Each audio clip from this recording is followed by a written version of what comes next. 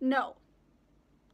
It is the most wonderful time of the year. It's Christmas. And to all of those who know me, you might be asking, why is she wearing long sleeves and a turtleneck in 30 degrees weather? Well, all I have to say is that I love winter and I will go through extreme lengths to emulate it. Join me as I blast the AC and bake cookies. It is Christmas, and what do we do when it's Christmas time? We eat like it's nobody's business. So today I'm going to take you through my steps of baking some Christmas cookies or normal cookies, whatever floats your boat, and show you how I kind of modified Emma's goodies recipes. Please keep in mind it is not my recipe, it's her recipe, and I'll link it down below. And I'm just showing you which ways you can modify her recipe to suit your own taste. Let's go! Dolly Beats. Alright, so let's get into it. What I want you to know first is that I'm going to be making half of the recipe, not the whole thing. First of all, we're going to start off by making the base, which consists of butter. I went ahead, creamed that, added powdered sugar, mixed that again. After doing so, I went ahead and added the vanilla, separated the eggs. Note that I did this in a different container because I didn't want the egg yolks to mix in with the whites, and just in case that happens, I can still fish it out because it won't be mixed with the rest of the batter. Then I only added the egg whites. I beat it with the mixer again and scraped the bottom as well, just to make sure everything was incorporated. Afterwards, I added flour, casually removed my cat from the table, continued adding flour, gave it a quick mix, and sent it back to the mixer. While the batter was mixing, I took aluminum foil. In this step, you can also substitute it with parchment paper and cut it to size to fit my pan. Afterwards, I weighed the batter to make it easier to divide into little batches, and I ended up having roughly 1 kilo of batter. This is this much for the weird Americans out there.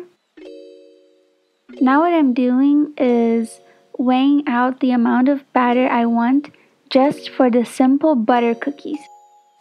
So these cookies, you just make it with the basic batter that you just made, and I put them into a piping bag.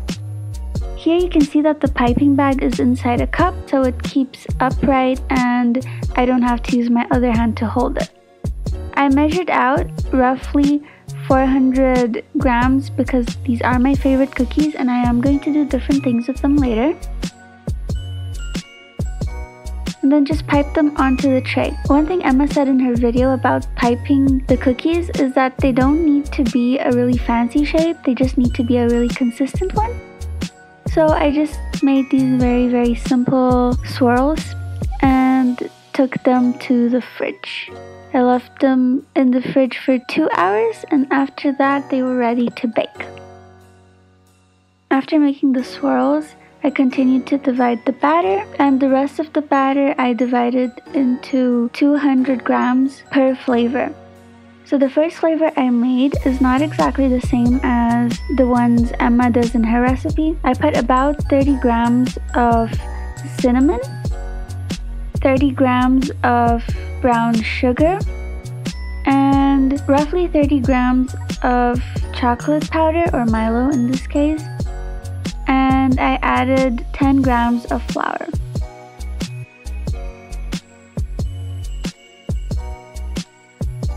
After doing so, I just went ahead and mixed it with my hands.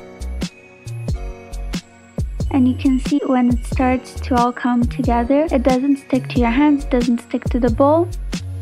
Then it was ready to go in the saran wrap and stay in the fridge overnight. Because I didn't want to use cookie cutters, I shaped the dough into a really long square, because later I would be cutting it into that shape. I put it on top of a little tray because the freezer has some weird ridges, and this way it wouldn't change its shape too much. Finally, I divided the last 2 portions of the batter, leaving me with 200 grams for the sugar cookies and 200 grams for the chocolate chip cookies. For the sugar cookies, all I did was add flour and vanilla. And for the chocolate chip cookies, I added a bunch of chocolate chips as well as flour.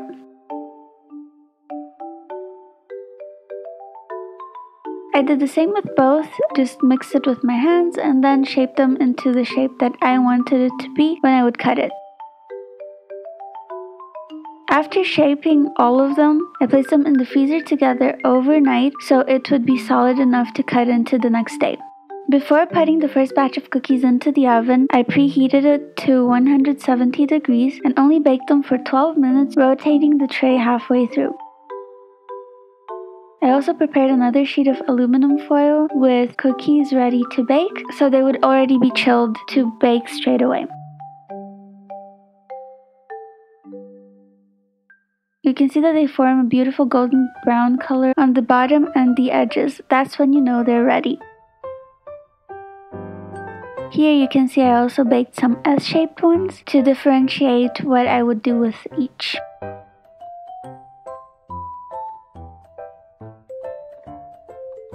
Day 2.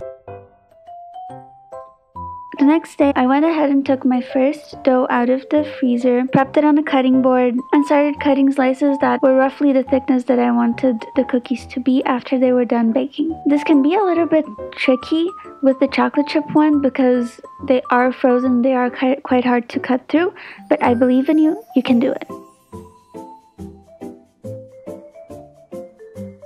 I did the same thing with the sugar cookies and the cinnamon cookies. I cut the sugar cookies and the cinnamon cookies into thinner slices. After cutting them, I placed them on top of the aluminum foil, which I had already used before because it's reusable and you don't need to keep cutting out new pieces. I only needed 2 pieces of aluminum foil for this because whenever one was in the oven, I was placing cookies on top of the other one.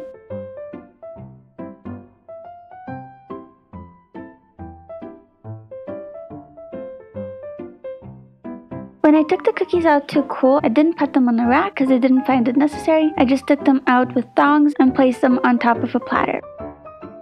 Because I used aluminum foil, and if you use parchment paper that's fine too, I didn't have any trouble taking them out and they did not stick to the pan at all. While I was baking my last batch, I started melting some chocolate over a double boiler, which I would later on use to dip some of the butter cookies I previously made. I took out some aluminum foil to set the cookies on top so they wouldn't stick, dipped them,